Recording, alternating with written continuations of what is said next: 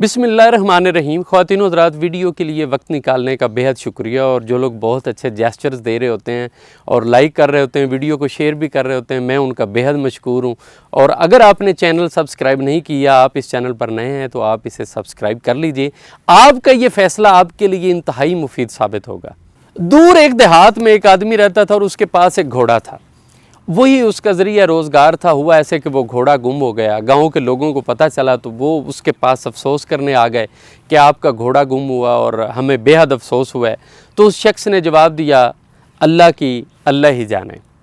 کچھ ہی دن گزرے تو اس شخص کا گھوڑا واپس آیا، لیکن اب جب وہ واپس آیا تو اپنے ساتھ 3 اور گھوڑے لے آیا۔ جہاں پر اس نے ٹائم گزارا وہاں پر اس نے اچھی خاصی دوستی بنائی اور اپنے جیسے 3 گھوڑے اور لے آئے، اور وہ 4 ہو گئے۔ تو لوگ یہ دیکھ کر حیران ہو گئے۔ انہوں نے کہا کہ بہت بہت مبارک ہو، اور تم جو ہے وہ مبارک کے مستحق ہو۔ تمہارے پاس ایک گھوڑا تھا لیکن اب تو وہ 3 اور لے آیا اور تم 3 گھوڑوں کے مالک بن گئے ہو۔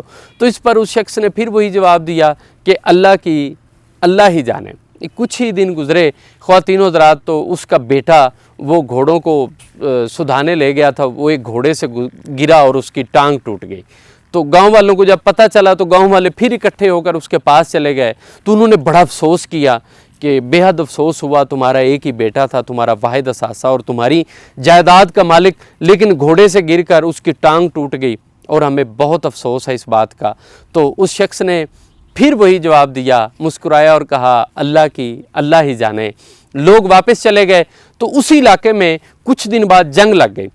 تو فوج آئی اور انہوں نے ہر گھر سے کہا کہ ایک ایک آدمی بطور فوجی ہم بھرتی کرنا چاہتے ہیں اور جنگ میں شرکت کے لیے آپ لوگ آ جائیں۔ تو اس گھر میں جب فوجی گئے تو انہوں نے دیکھا کہ اس نوجوان کی ٹانگ ٹوٹی ہوئی ہے، تو انہوں نے اس کو چھوڑ دی اور کہا کہ یہ ڈسیبل اور کام نہیں کر سکتا، لہٰذا اس کو رہنے دیں۔ تو وہ چھوڑ کر چلے گئے۔ اب کی بار گاؤں کے لوگ پھر آ گئے، تو انہوں نے جا کر پھر اس شخص سے کہا کہ تم تو بڑے خوش قسمت ہو کہ فوج آئی اور چلی بھی گئی اور تمہارے بیٹے کو لے کر بھی نہیں گئی، اور اب اس کو جنگ میں نہیں جانا پڑے گا اور تم لوگ محفوظ ہو۔ تو اس شخص نے خواتین و حضرات پھر وہی جواب دیا کہ اللہ کی اللہ ہی جانے۔ تو ہم لوگ بعض دفعہ اپنے فیصلوں میں بہت جلد بازی کرتے ہیں۔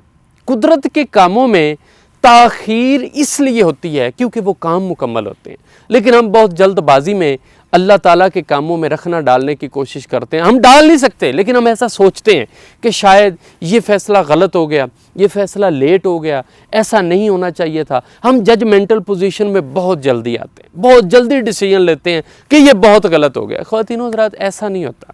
قدرت کے کام بہترین، مکمل اور زبردست ٹائم پر آتے ہیں۔ اللہ تعالیٰ آپ کو اس نظر کرم سے دیکھتے ہیں شاید جو ہم کبھی تصور بھی نہیں کر سکتے۔ اس لیے قدرت کے کاموں پر کبھی مایوس نہ ہوں۔